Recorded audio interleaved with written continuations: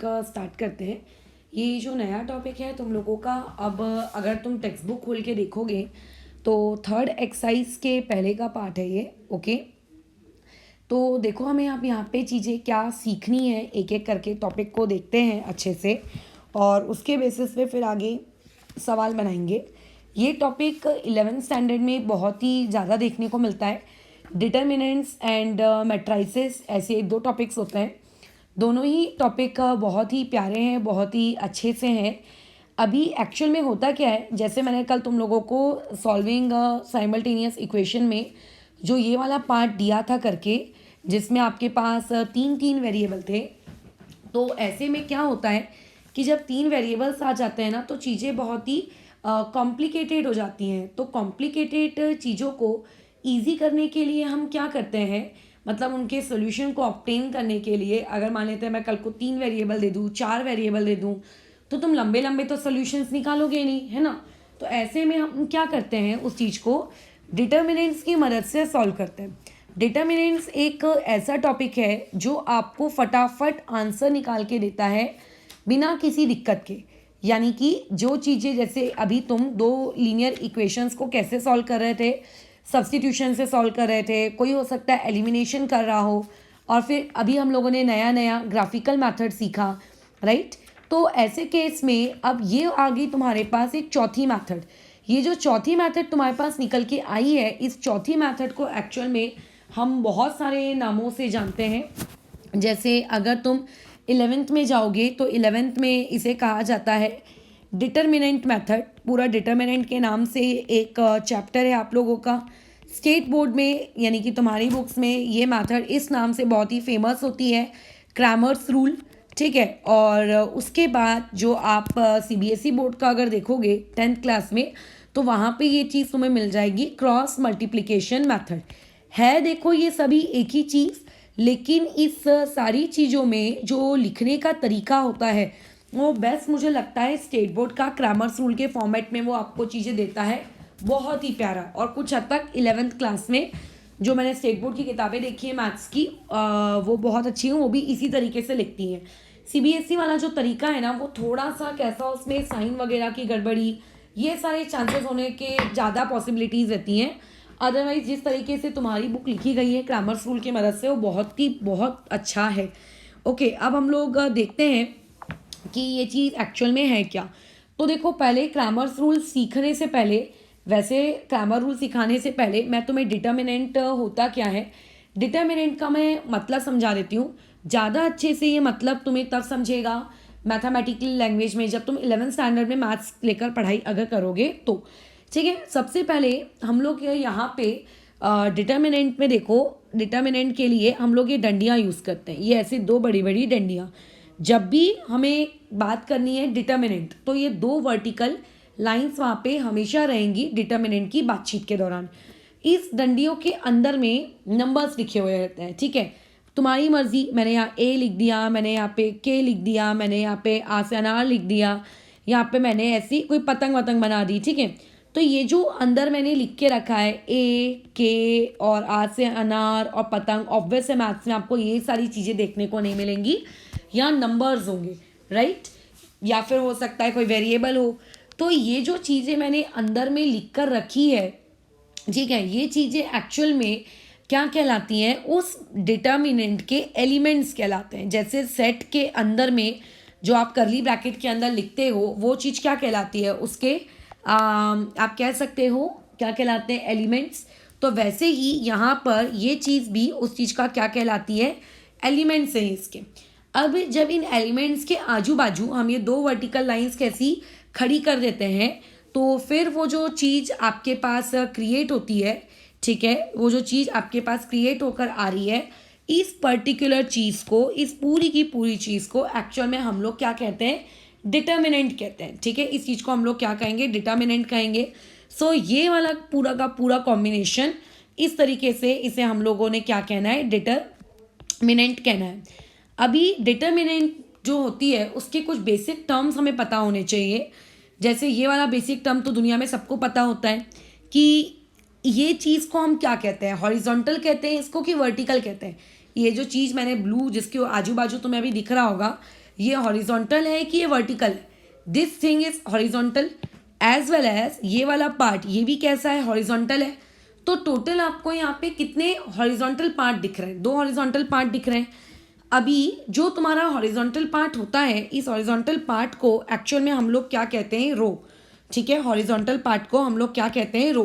तो horizontal lines जो आपको दिखती हैं, ठीक है, हॉरिजॉन्टल पार्ट उसे हम लोग कहते हैं मैथ्स की लैंग्वेज में रोज। तो यहाँ पे हमारे पास 2 रोज है, एक नीचे वाला R1 और एक ऊपर वाला R2। R1 में 2 लोग आते हैं, R1 वाले रो में कितने लोग बैठे हैं, 2। एक बैठा है तुम्हारा R से अनार और एक बैठी है पतंग। ठीक है, और जो ऊपर में तुम्हारा रो 2 है वहाँ पे भी 2 एलिमेंट्स हैं। ठीक है, एक है आपका A फॉर एप्पल और दूसरा है K फॉर काइट। समझ रहे हो? तो ये डिटर्मिनेंट में याद रखना 2 टर्म्स होते हैं, एक होता है हॉरिजॉन्टल पार्ट जिसे हम लोग रोज कहते हैं, और दूसरा होता है इसमें आपका एक वर्टिकल पार्ट, जिस वर्टिकल पार्ट को हम लोग क्या कहते हैं, कॉलम कहते हैं। क्लियर है वाली चीज़? तो अब देखो कॉलम यहाँ पे मैं किस चीज़ को कहूँगी, इस चीज़ को कॉलम कहा जाता है, इसको कॉलम कहते हैं। ठीक है, ये ऐसे खड़े हुए चीज को, हाँ, इसको हम कॉलम कहेंगे, इसे कॉलम कहते हैं, बराबर। तो यहाँ पे कॉलम्स भी कितने हैं आपके, 2 हैं। तो अगेन कॉलम्स को हम लोग कहते हैं C1 और C2। ठीक है, इस कॉलम को कहेंगे C1 और C2। तो जो आपका कॉलम नंबर 1 है उसमें A फॉर एप्पल है और R से अनार है, और जो कॉलम नंबर 2 है वहाँ पे आपको एक K दिख रहा है और एक पतंग दिख रही है। ये मैंने तुम्हें इसीलिए बताया क्योंकि यहाँ पर डिटर्मिनेंट्स में एक टर्म होता है ऑर्डर। ठीक है, ऑर्डर ऑफ डिटर्मिनेंट। तो ऑर्डर ऑफ डिटर्मिनेंट का मतलब होता है कि आपके पास कितने नंबर ऑफ रोज और कितने नंबर ऑफ कॉलम्स हैं। ठीक है, तो यहाँ पे नंबर ऑफ रोज और multiply by number of columns. यहाँ पे तुम्हें एक्चुअल में मल्टीप्लिकेशन नहीं करना है, ये जस्ट एक सिंबल के जैसे यूज करोगे। तो नंबर ऑफ रोज कितने हैं, 2, और नंबर ऑफ कॉलम्स भी कितने हैं, 2। तो हम ये कहेंगे कि ये जो हमारा डिटर्मिनेंट है ये 2 क्रॉस 2 ऑर्डर का है। समझ रहे हो? यहाँ पे क्या कहेंगे, इसका ऑर्डर क्या है, 2 क्रॉस 2, क्योंकि इसमें 2 रोज है और 2 कॉलम है। अगर मैं कल को ये लिख देती हूँ 2 क्रॉस 3, तो इसका मतलब वहाँ पे रोज कितने होंगे, 2, और वहाँ पे कॉलम कितने होंगे, 3। बना के मैं दिखा देती हूँ तुम लोगों को। सॉरी, मैंने मैट्रिक्स का सिंबल दे दिया। ठीक है, ठीक है, तो ये मैंने बना ली पहले डंडी। रो मुझे 2 ही रखनी है, तो पहले रो में लगा दो A, B और C। मतलब एक रो में हमने 3 लोग लगाए। 3 क्यों लगाए, क्योंकि कॉलम 3 है ना। और दूसरे वाले रो में D, E, F। तो देखो यहाँ पे आपके पास रोज कितने हो गए, 2। ये पहला रो, और उसके बाद ये हो गया तुम्हारे पास दूसरा रो। और यहाँ पे कॉलम कितने हैं, कॉलम यहाँ पे 3 है, पहला एक ये, दूसरा ये, और फिर तीसरा ये। समझ रहे हो मेरी बात? तो ये था डिटर्मिनेंट्स को लेके एक जनरल इंट्रोडक्शन, कि डिटर्मिनेंट्स के अंदर में जो चीज़ लिखी हुई रहती है वो एक एलिमेंट होता है, और उसके बाद जो वहाँ पे डंडियों के साथ जब हम उसको लिख देते हैं तो वो चीज़ कहलाती है डिटर्मिनेंट। डिटर्मिनेंट के पास हॉरिजॉन्टल पार्ट होता है नोन एज रोज, और उसके पास एक आपका वर्टिकल पार्ट होता है नोन एज आपका कॉलम्स, राइट। अभी यहाँ पे आपका ऑर्डर किस बेसिस पे डिसाइड होता है कि नंबर ऑफ रोज कितने हैं और नंबर ऑफ कॉलम्स कितने हैं। ठीक है, तो अभी जितना भी तुम्हारा 10th का सिलेबस है, इस 10th के सिलेबस में तुम्हें हमेशा डिटर्मिनेंट 2 क्रॉस 2 वाला ही पढ़ना है। ठीक है, इसे रीड कैसे करते हैं, 2 क्रॉस 2। जब तुम हायर स्टैंडर्ड में जाओगे, यानी कि 11th में अगर मैथ्स लेके पढ़ोगे, तो वहाँ पे फिर देखो ये वाली जो चीज़ है ना, 2 क्रॉस 3, 3 क्रॉस 3, 4 क्रॉस 3, ये मिलती है। और मुझको तो मैं बता रही हूँ, तुम्हें पूरे 11th की बुक में इससे आसान टॉपिक कहीं नहीं मिलेगा, क्योंकि ये कोई है ही नहीं है, सिंपल अलजेब्रा है, राइट। तो पहले मैं तुम्हें सिखा देती हूँ कि किस तरीके से करके हम लोग डिटर्मिनेंट को सॉल्व करेंगे। ठीक है, और उसके बाद फिर डिटर्मिनेंट की मदद से लीनियर इक्वेशंस कैसे सॉल्व करेंगे, राइट। अभी मैं तुम्हें ये नहीं सिखा रही कि लीनियर इक्वेशंस कैसे सॉल्व करनी है, मैं अभी तुम्हें ये बता रही हूँ डिटर्मिनेंट कैसे सॉल्व करना है। अरे लीनियर इक्वेशंस को हम डिटर्मिनेंट की मदद से सॉल्व करेंगे, तो पहले हमको ये तो पता होना चाहिए कि डिटर्मिनेंट कैसे सॉल्व करते हैं। अगर डिटर्मिनेंट ही सॉल्व करना नहीं आएगा तो फिर लीनियर इक्वेशन कैसे सॉल्व करेंगे। देखो, तो इसको ऐसे सॉल्व करते हैं। मैं इलस्ट्रेशंस ले रही हूँ, ये सारे इलस्ट्रेशंस अपनी फेयर नोटबुक में लिखते रहना बराबर तरीके से। जैसे मैंने एक आपको यहाँ पे दे दिया एक डिटर्मिनेंट, यहाँ पे लिखा है 5, 2, 7, 4। तो देखो इस डिटर्मिनेंट को सॉल्व कैसे किया जाता है। यहाँ पे इस तरीके से मल्टीप्लिकेशन की जाती है। लेफ्ट टू राइट, ठीक है, लेफ्ट टू राइट। तो ये अगर लेफ्ट है और ये राइट है तो मैं इसे लेफ्ट टू राइट करती हूँ, तो ये वाली चीज़ ऐसे, ये ऐसे दिख रहा है कैसे हमें मल्टीप्लाई कर रहे हैं। तो ये चीज़ कैसी लिखी जाएगी, 5 × 4, इसका मल्टीप्लिकेशन करना है। फिर इसका मल्टीप्लिकेशन होने के बाद बीच में माइनस का साइन आता है और उसके बाद देन राइट टू लेफ्ट, ये ऐसे। तो किसका मल्टीप्लिकेशन हो जाएगा, 2 × 7। तो ये कितना हो गया, 5 × 4 = 20, 2 × 7 14, तो 20 में से 14 गया तो ये चीज़ कितनी आ गई, 6। यानी कि इस डिटर्मिनेंट की वैल्यू कितनी है, 6। इस साल का जो तुम्हारा बोर्ड्स का पेपर हुआ था, मुझे दिखाया था अंशुल ने लाकर, तो उसमें ऐसा ही एक सवाल आया था, डिटर्मिनेंट आपको दिया हुआ था और उसमें उसकी वैल्यू फाइंड करने को कही थी। देखो कितना आसान है ये पार्ट, राइट। तो जब तुम हायर स्टैंडर्ड में चले जाओगे ना तो तुम्हें 3x3 भी मिलेगा, तब ज़्यादा मज़ा आती है, क्योंकि उस वक्त थोड़ी सी चीज़ें कैसी कॉम्प्लिकेटेड हो जाती हैं, इतनी आसान सी नहीं दिखती हैं। उसमें बहुत ध्यान रखना पड़ता है कि कहीं कोई मिस्टेक ना हो जाए। राइट नाउ एज सच कोई ध्यान नहीं रखना है। नेक्स्ट में आ जाते हैं। यहाँ दिया हुआ है आपको -3 और 6, फिर दिया है 8 एंड 0। तो बताओ पहले किसे मल्टीप्लाई करेंगे, लेफ्ट टू राइट, पहले इनका मल्टीप्लिकेशन, ठीक है। वैसे तो मैं क्वेश्चन डायरेक्ट कर सकती हूँ, बट तुम्हें सिखाने के लिए मैं अभी डायरेक्ट नहीं कर रही हूँ।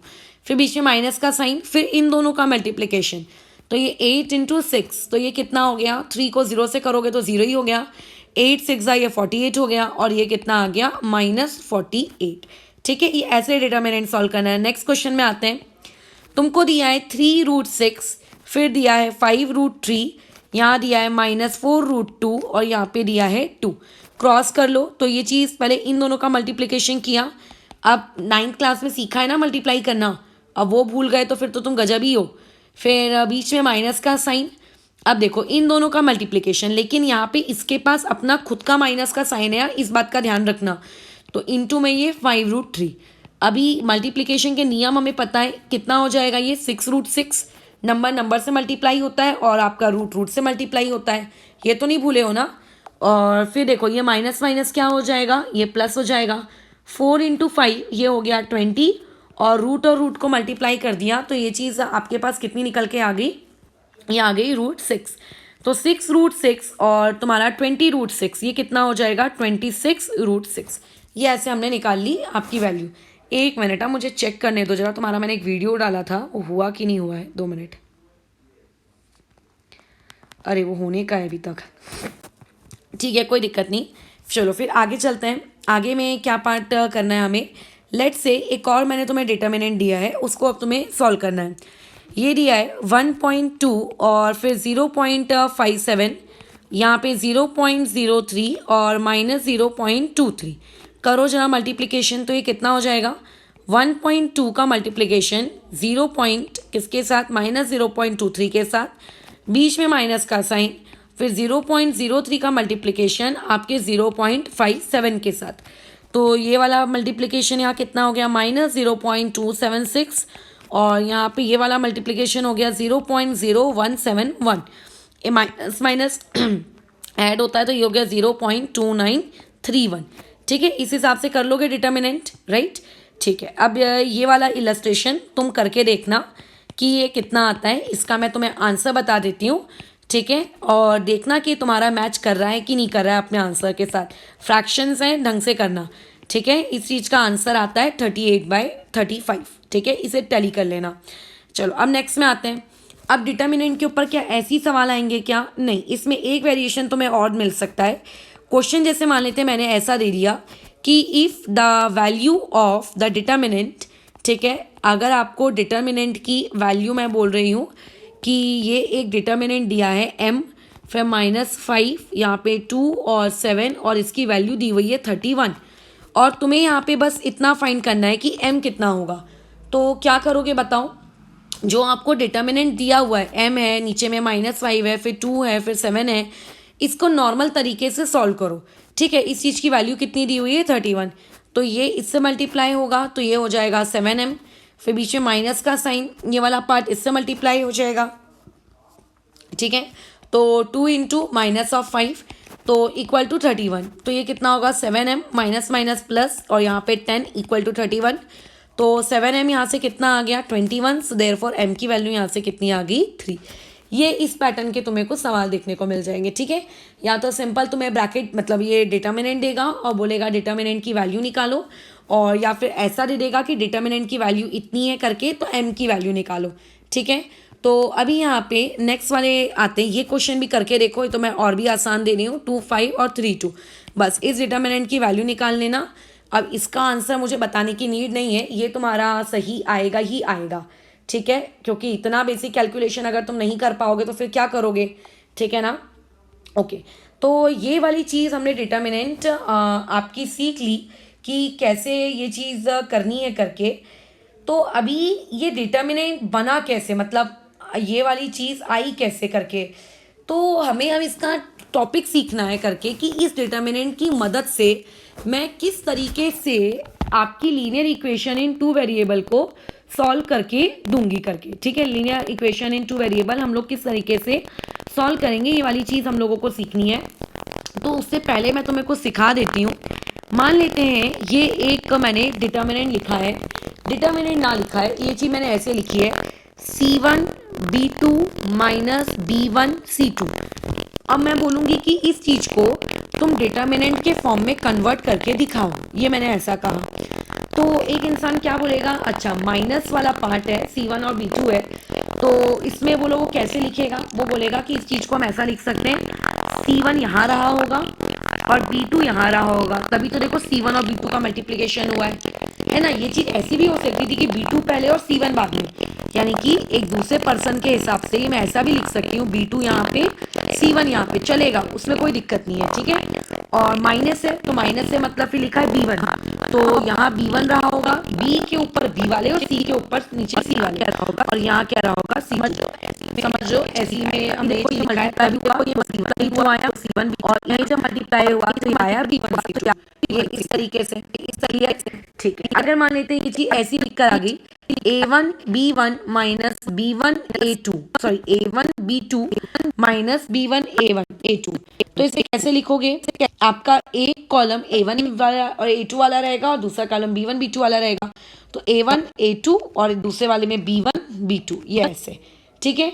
ये देखो ये दोनों 1 वाले साथ में और दोनों 2 वाले साथ में, ऐसा नहीं करना है 1 के साथ 2 की जोड़ी बना दी है और A के नीचे A रहना चाहिए, ठीक है। जैसे इस वाले का आंसर टैली करके देखो तुम्हारे साथ मैच होगा क्या, मैं अभी आंसर लिख दे रही हूँ, तुम वीडियो पॉज करके खुद लिख के देखना।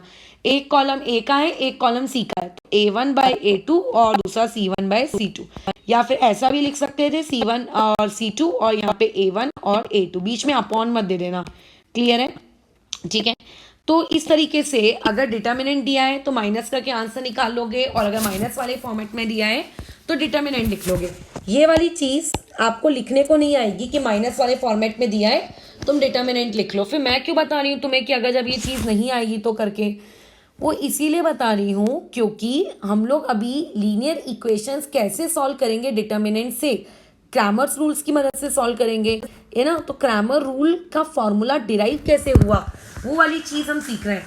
बाद में इस वीडियो के बाद हम इलस्ट्रेशंस में ये सीखेंगे कि क्रैमर रूल से किस तरीके से आंसर निकालना है, लेकिन फिलहाल हम ये सीखेंगे कि क्रैमर रूल को हम डिराइव कैसे कर रहे हैं। ओके, तो मान लेते हैं कि हम लोगों के पास 2 लीनियर इक्वेशंस इन 2 वेरिएबल स्टैंडर्ड फॉर्म में अरेंज करके दी हुई है, ये इस तरीके से A1x प्लस B1y, अच्छा स्टैंडर्ड फॉर्म में C हमारा आगे होता है, हमें यहाँ पे C पीछे ही लिखना है, इक्वल टू C1, और फिर यहाँ पे A2x प्लस आपका B2y इक्वल टू यहाँ पे कितना आ जाएगा C2, ये ऐसे। ये मेरे पास 2 साइमल्टेनियस इक्वेशंस हैं, लीनियर इक्वेशंस इनटू वेरिएबल, मुझको इनको एलिमिनेशन मेथड से सॉल्व करना है, ठीक है। अब देखो किसी को हार्ट अटैक आ सकता है कि मैडम अभी आप इसको नंबर तो है नहीं करके हम इसको सॉल्व करेंगे, तो उसमें क्या टेंशन की बात है, करो सॉल्व। तुम्हें इसमें से x को एलिमिनेट करना है, क्या एलिमिनेट करना है, x एलिमिनेट करना है। तो अगर x को एलिमिनेट करना है तो दोनों का x वाला पार्ट कैसा होना चाहिए, सेम टू सेम होना चाहिए। तो यहाँ पे x के सामने A1 है और यहाँ पे x के सामने A2 है, तो हम क्या करेंगे, जो तुम्हारी इक्वेशन नंबर 1 है उस इक्वेशन नंबर 1 को हम मल्टीप्लाई कर देंगे किस चीज़ से, A2 से, ठीक है। अगर इक्वेशन नंबर 1 को मैंने A2 से मल्टीप्लाई कर दिया तो ये चीज़ क्या बन जाएगी, A1 A2x plus B1 A2y equal to C1 A2, समझ रहे हो, इसको मैंने दे दिया इक्वेशन नंबर 3। और जो तुम्हारे पास इक्वेशन नंबर 2 है, इस इक्वेशन नंबर 2 को मुझे बताओ कितने से मल्टीप्लाई करना चाहिए। इसके पास a2 तो ऑलरेडी है x के पास, तो इसे कितने से मल्टीप्लाई कर देंगे, a1 से। तो ये चीज़ क्या बन जाएगी आपके पास, a1 a2 x प्लस ये क्या बन जाएगा, a1 b2 y equal to में क्या आ जाएगा, c2 a1। ये ऐसा बन जाएगा इक्वेशन नंबर 4। समझ रहे हो। अब तुम ये देखो, x के सामने a1 a2, x के सामने a1 a2, दोनों का पार्ट क्या हो गया, सेम हो चुका है। दोनों की साइन चेक कर लो, तो दोनों के पास क्या साइन है आप देख के बताओ। तो दोनों के पास पॉजिटिव साइन है। तो जब दोनों चीज़ों की साइन सेम होती है तो हम इक्वेशंस को बोलो क्या करते हैं, सब्ट्रैक्ट करते हैं, राइट। तो यहाँ पे सब्ट्रैक्ट कर लो, तो हम लोग उस चीज़ को कैसे लिखेंगे, equation number 3 minus equation number 4। तो देखो ये चीज़ कैसी हो जाएगी, यहाँ पे आ जाएगा a1 a2 x प्लस यहाँ आ जाएगा b1 a2 y equal to में c1 a2, फिर नीचे में a1 a2 x plus a1 b2 y equal to c2 a1। Subtraction कर रहे हैं तो यहाँ माइनस साइन मैंने चेंज कर दी। तो जब मैं साइन चेंज कर दे रही हूँ तो देखो ये वाला पार्ट तुम्हारा पूरा कट गया। समझ रहे हो। अब ये वाला पार्ट को मैं कैसे लिखूंगी, इसको हम कैसे लिखेंगे, b1 a2 y, बीच में माइनस का साइन, a1 b2 y, फिर बीच में equal to c1 a2 minus c2 a1। अब यहाँ से देखो y कॉमन निकल रहा है, y कॉमन निकाल देंगे तो ब्रैकेट में क्या बचेगा, b1 a2 minus a1 b2 bracket में बाहर y equal to c1 a2 minus c2 a1। तो समझाओ जरा मुझे यहाँ से y की क्या वैल्यू आई। यहाँ से y की वैल्यू निकल के आ गई c1 a2 minus c2 a1 upon में b1 a2 minus a1 b2। आ गई ये वैल्यू, दिख रहे हो। अभी देखने में कितना कॉम्प्लिकेटेड लग रहा है कि अरे बाप रे कैसी गंदी चीज़ आई है, बट ये एक्चुअली में कॉम्प्लिकेटेड नहीं है, क्योंकि अभी अभी मैंने तुम्हें ऊपर बताया था करके कि इस चीज़ को, ये c1 a2 को हम क्या लिख सकते हैं, ये जो c1 a2 वाला फॉर्मेट है इसे मैं क्या लिख सकती हूँ, a1 अपॉन a2 और c1 अपॉन c2। और ये जो b1 a2 नीचे में b और a है, तो इसे कैसे लिख सकते हो, a1 अपॉन a2 और फिर लिख सकते हो b1 अपॉन b2। समझ रहे हो कैसे किया है करके वाला पार्ट। तो ये आ गई आपके पास किसकी वैल्यू, y की वैल्यू। ठीक है, आगे यहाँ से हमारे पास y की वैल्यू निकल कर, तो मैंने क्योंकि इस इक्वेशन को a1 और a2 से मल्टीप्लाई किया, उनका x वाला पार्ट मैंने सेम किया, तो यहाँ से मुझे काय की वैल्यू निकल कर मिल रही है y की। वैसे ही अब मुझे मान लेते हैं किसकी वैल्यू ढूंढनी होगी, मुझे वैल्यू ढूंढनी है x की। तो अगर मुझे x की वैल्यू ढूंढनी है तो मुझे किसको एलिमिनेट करना चाहिए, मुझे एलिमिनेट करना पड़ेगा किस पार्ट को, आपके y को। तो देखो यहाँ पे y के आगे क्या है, b1 और यहाँ पे y के आगे क्या है, b2। तो क्या करेंगे, इक्वेशन नंबर 1 को हम मल्टीप्लाई कर देंगे किससे, b2 से। तो जब इक्वेशन नंबर 1 आपकी b2 से मल्टीप्लाई हो जाएगी तो वो चीज़ क्या बन जाएगी निकल कर, ये आ जाएगा जो तुम्हारे पास a1 था, a1 b2 x और फिर b1 b2 y equal to फिर c1 b2, ये वाला पार्ट आ गया। इक्वेशन नंबर 2 के पास पहले से b2 है तो उसे कितने से मल्टीप्लाई करेंगे, b1 से। तो वो क्या बन जाएगा आपके पास, a2 b1 x और ये बन जाएगा आपका यहाँ पे b1 b2 y equal to c2 b1, ये आ जाएगा। This is your equation number 5 and this is your equation number 6। तो अब इन्हें हम सब्ट्रैक्ट कर देंगे, इक्वेशन 5 माइनस इक्वेशन नंबर 6। ठीक है, तो देखो ये क्या हो गया, सब्ट्रैक्ट कर रहे हैं, एक साथ लिख देते हैं। ठीक है, ये वाला पार्ट मैंने लिख दिया, c1 b2 उसके नीचे में a2 b1 x plus b1 b2 y equal to c2 b1। Sign change कर देती हूँ तो ये पूरा पार्ट कैंसिल, क्या बच गया मेरे पास, a1 b2 x minus a2 b1 x equal to c1 b2 minus c2 b1। तो अब यहाँ से x को मैं कॉमन निकाल सकती हूँ, तो यहाँ से x कॉमन निकलने के बाद a2 b1 और यहाँ x आ जाएगा और यहाँ आएगा c1 b2 minus c2 b1। तो देयरफॉर यहाँ से x की वैल्यू कितनी आ गई, c1 b2 minus c2 b1 upon में a1 b2 minus a2 b1। घबराओ मत, ये चीज़ तुम्हें डिराइव करने के लिए नहीं आएगी, ठीक है, बट ये फॉर्मूला आ कैसे रहा है, क्रैमर रूल का, वो सिखाने के लिए तुम्हें किया जा रहा है। ठीक है, तो अब यहाँ देखो इस चीज़ को क्या मैं ऐसा लिख सकती हूँ, ये जो c1 b2 है इसको मैं ऐसे डिटर्मिनेंट के फॉर्म में हम लिख सकते हैं, हाँ लिख सकते हैं। तो इसको डिटर्मिनेंट के फॉर्म में लिखो, तो ये चीज़ अब डिटर्मिनेंट के फॉर्म में लिखी जाएगी तो ये चीज़ क्या बन जाएगी, यहाँ से आपके पास ये बन जाएगा C1 C2 और ये बन जाएगा B1 B2 और नीचे में क्या बन जाएगा A1 A2 और फिर क्या बन जाएगा B1 B2। तो इस तरीके से हमने x की वैल्यू भी निकाल सकते हैं, y की वैल्यू भी निकाल सकते हैं। बट ये चीज़ दिखने में देखो कितनी गंदी दिख रही है, हमें ऐसा लग रहा है कि इससे अच्छा तो एलिमिनेशन ही मेथड था, ये मेथड कहाँ से सिंपल है, फालतू फालतू का इतना सारा हमको याद करना पड़ेगा। तो देखो एज सच कुछ है ही नहीं, ठीक है, एज सच कुछ भी नहीं है। वो इसीलिए क्योंकि मैं तुम्हें कुछ चीज़ बताती हूँ, उसको ध्यान से सुनना। हम लोग क्या करते हैं, ये जो A1 और A2 और B1 B2 वाला पार्ट है ना, इसको कहते हैं D। हम लोग लेट कर लेंगे कि जहाँ पे भी हमें A1 A2 और B1 B2 वाला डिटर्मिनेंट दिखेगा उसे हम कहेंगे कैपिटल D। ठीक है, जहाँ पर भी हम लोगों को ये वाला डिटर्मिनेंट दिखेगा C1 C2, मैंने अपॉन गलती से दे दिया, ठीक है, और B1 B2, तो उस वाले डिटर्मिनेंट को हम लोग कहेंगे DX। याद रखना ये सब वाला पॉइंट है जहाँ सबसे बड़ी गलती होती है। अगर C और B को यूज़ कर रहे हो तो आपको DX कहना है, और अगर इस तरीके का डिटर्मिनेंट दिखा कि A1/A2 और फिर दिखा C1/C2 तो उसे कहेंगे हम लोग DY बराबर। तो अब बताओ ये कौन है D और ये कौन है आपका, ये है DX। तो यानी कि क्रैमर रूल कहता है कि देयरफॉर x की वैल्यू होगी dx/d। ठीक है, x की वैल्यू कितनी होगी dx/d, और ऊपर से मैंने y निकाला था, तो y में देखो ये वाली चीज़ क्या कहलाएगी d और ये वाली चीज़ क्या कहलाएगी dy। तो क्रैमर्स रूल कहता है कि अगर आपको y की वैल्यू निकालनी है तो dy को किससे डिवाइड कर दो, d से डिवाइड कर दो। इस तरीके से x और y आ गया। मुझे पता है ये अभी भी तुम्हें अच्छा नहीं लग रहा होगा करके कि ये क्या है, बट इसी चीज़ को हम लोग क्या कहते हैं, क्रैमर्स रूल कहते हैं। ठीक है, ये वाली चीज़ क्या है आपकी, क्रैमर्स रूल है।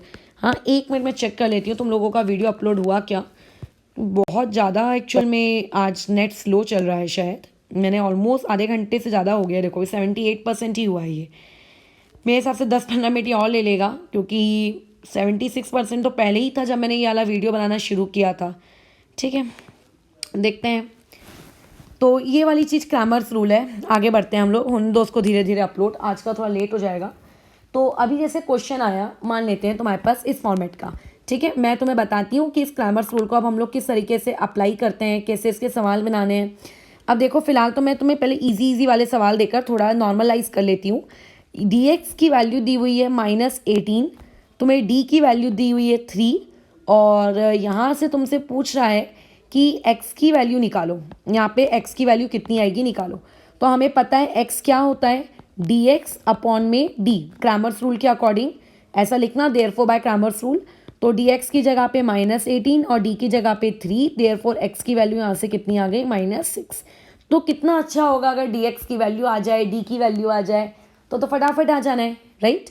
तो ठीक है, ये सारे इलस्ट्रेशन ना कॉपी में नोट करते जाना। अब जैसे सेकेंड इलस्ट्रेशन आपको दे देती हूँ मैं, क्या है करके ये वाला पार्ट। तो देखो सेकेंड इलस्ट्रेशन है, dy की वैल्यू दी हुई है -15, d की वैल्यू दी हुई है -5, और तुम्हें x एंड y की वैल्यू ढूंढनी है। ठीक है, x की वैल्यू भी ढूंढनी है, y की वैल्यू भी ढूंढनी है।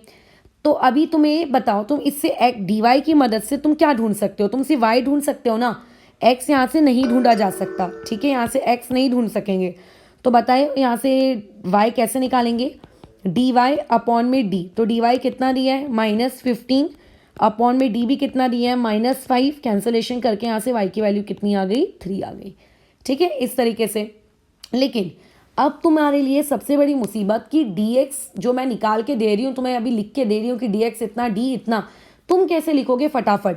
तो देखो उसको लिखने का तरीका मैं सिखाती हूँ। आपके पास पहली बात तो ये याद रखना, जो लीनियर इक्वेशन इन 2 वेरिएबल दिया रहेगा ना, वो लीनियर इक्वेशन इन 2 वेरिएबल का जो c वाला हिस्सा है वो कभी भी इधर नहीं होना चाहिए, वो हमेशा अपने कहाँ पे रखना, राइट साइड में रखना। ठीक है, ये वाला पार्ट याद रखो। अभी वो तो लिख लोगे, ओके। अब मैं पहले इसका तुम्हें डी लिखना सिखाती हूँ।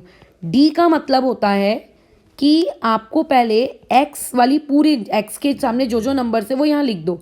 तो फर्स्ट इक्वेशन में एक्स के सामने कितना है आपका, 3 है, यहाँ मैंने लिख दिया 3, और यहाँ एक्स के सामने कुछ नहीं है, 1। याद रखना पहला कॉलम एक्स का कॉलम है, एक्स का कॉलम, दूसरा कॉलम वाई का। ये मैं तुम्हें सिखाने के लिए लिख रही हूँ, ये एक्स वाई तुम नहीं लिखोगे। यहाँ वाई के नीचे वाई वाला, बताओ यहाँ वाई कितना है, 4, तो यहाँ पे चीज़ आ जाएगी 4, और यहाँ वाई कितना है, -2, तो यहाँ आ जाएगा -2। ये लिख दिया हमने डी। लिख लोगे अभी डी कैसे लिखना है। अब क्या इस डी को तुम सॉल्व नहीं कर सकते, डिटर्मिनेंट को आता है ना क्रॉस मल्टीप्लाई करके सॉल्व करना, ये देखो वीडियो की स्टार्टिंग में ही मैंने बताया था, है ना। वैसे इसका इलस्ट्रेशन का मैं नेक्स्ट वीडियो बना दूंगी, लेकिन फिलहाल अभी डी निकालना आ गया। ओके, डी तो निकाल लेंगे, डी एक्स का क्या करेंगे। हाँ, अब ध्यान से सुनते हैं। जब तुमको डी एक्स निकालने को बोला जाए तो जो तुम्हारा वाई वाला कॉलम है ना वो वैसे का वैसे ही रहेगा। वाई वाले कॉलम को तुम्हें टच भी नहीं करना है, वाई वाले कॉलम को तुम्हें टच भी नहीं करना है, ठीक है। लेकिन एक्स वाले को गायब कर देना है। एक्स वाला पार्ट जब डी एक्स निकालना हो, ठीक है, बाप रे मैं कितने सालों बाद हिंदी लिख रही हूँ। तो ऐसे केस में जब तुम्हें डी एक्स निकालना हो तो एक्स वाले को गायब कर दो। फिर एक्स को गायब करने के बाद क्या कॉलम खाली रहेगा क्या, नहीं, उसके बदले में कांस्टेंट वाला पार्ट लिख दो। तो पहले कांस्टेंट कौन है 8 और फिर कौन है 5, तो यहाँ पे 8 और यहाँ पे 5, यानी कि डी एक्स में एक्स चला जाता है और उसके बदले में क्या आ जाता है आपका सी वाला कॉलम आ जाता है और वाई वैसे का वैसे ही। अब अगर मान लेते तुम्हें डी वाई निकालना है तो देखो जब एक्स निकालना था, डी एक्स निकालना था तो हमने एक्स को गायब किया। तो अब अगर वाई निकालना है तो अब किसको गायब करोगे, आप वाई को गायब करोगे और वाई के बदले में अब सी लगा दोगे तो वाई के बदले में आ जाएगा 8 और 5 और एक्स वाले कॉलम 3 और वाई वैसे के वैसे। ये ऐसे लिखना है करके, ठीक है। ये मैं एक और इलस्ट्रेशन लिख कर दिखाती हूँ कैसे ये चीज़ लिखनी है। जैसे इक्वेशन दी है 5x equal to 10 minus 2y और दूसरी दी है y equal to 3x minus 11। पहले इस इक्वेशन को तुम अच्छी तरीके से सजा के लिख लो। कैसे, ये माइनस 2y यहाँ ले आते हैं तो ये हो जाएगा 5x plus 2y equal to 10 और ये हो जाएगा ये 3x इधर आ गया, यानी कि minus 3x plus y equal to minus 11। D लिखना है, डी लिखते वक्त एक्स को लिखते हैं और वाई दोनों को लिखते हैं। तो एक्स में आएगा 5 और उसी के नीचे आएगा, बाजू में नहीं आएगा, -3, फिर यहाँ 2 और यहाँ पे 1। अब मुझे डी एक्स लिखना है तो डी एक्स बताओ कैसे लिखेंगे। डी एक्स को लिखते वक्त वाई वैसे ही रहेगा बट एक्स वाला पार्ट गायब हो जाएगा। एक्स अगर गायब हो गया तो उसके बदले में क्या आएगा, एक आएगा 10 और दूसरा आएगा -11। पहली इक्वेशन तो दूसरी इक्वेशन। डी वाई लिखना है, डी वाई लिखते वक्त एक्स वाला पार्ट वैसे ही रहेगा, वाई वाला गायब हो जाएगा और उसके बदले आएगा 10 एंड -11। समझ गए कैसे करना है, ठीक है। तो ये हो गया तुम्हारा क्रैमर्स रूल का फॉर्मूला। तो what do you mean by Cramer's rule. अगर आपको दो लीनियर इक्वेशन दिए हैं तो पहले उन लीनियर इक्वेशन से आपको उन्हें अरेंज करके डी निकालना है, डी एक्स निकालना है और डी वाई निकालना है। अब डी निकालने के बाद उसको इस तरीके से सॉल्व करना है। मैंने फर्स्ट स्टार्टिंग में इसको सॉल्व करना बताया है। क्या हो जाएगा 5 1 ज़ा 5, बीच में माइनस का साइन और फिर 2 इंटू -3 कितना हो जाएगा -6। तो ये आ गया आपका 11। फिर डी एक्स को भी सॉल्व करना है। 10 इंटू 1 10 हो गया, बीच में माइनस का साइन। 2 इंटू 11 ये 22 हो गया और बीच में -22, ठीक है। तो ये चीज़ कितनी हो जाएगी आपके पास 32 आ जाएगा यहाँ से, समझ रहे हो। फिर यहाँ पे ये कितना हो जाएगा -55, बीच में माइनस का साइन, इन दोनों की मल्टीप्लिकेशन -30। तो ये चीज़ कितनी हो जाएगी बीच में आपका +30। तो यहाँ से अगर सॉल्व करोगे तो कितना आ जाएगा -25। तो पहले हमने डी लिखा, फिर डी एक्स लिखा, फिर डी वाई लिखा, फिर डी एक्स की वैल्यू निकाली, डी वाई की वैल्यू निकाली और डी की वैल्यू निकाली। और क्रैमर्स रूल कहता है एक्स निकालने के लिए डी एक्स को डी से डिवाइड कर दो, वाई निकालने के लिए डी वाई को डी से डिवाइड कर दो, खत्म। तो डी एक्स कितना है, डी एक्स है 32 और डी कितना है वो है 11। तो एक्स की वैल्यू आई 32/11 और डी वाई निकालने के लिए डी वाई की वैल्यू को डी से डिवाइड कर दो तो इसकी वैल्यू आई -25/11, ठीक है। तो this is the Cramer's rule. मैं कुछ और इलस्ट्रेशंस लेती हूँ क्रैमर्स रूल के ताकि तुम्हें ये चीज़ सीखने में आ जाए, फिर मैं इसके क्वेश्चन दे दूँगी, ठीक है ना। ओके, फिर अभी इसको हम लोग ऑफ करते हैं क्योंकि वीडियो अपलोड हो नहीं रहा है, नेट काफ़ी स्लो है, शायद इस वजह से नहीं चल रहा क्योंकि मैं वीडियो बना रही हूँ ऑलरेडी एक, ठीक है। तो इसको अभी यहीं रोकती हूँ मैं।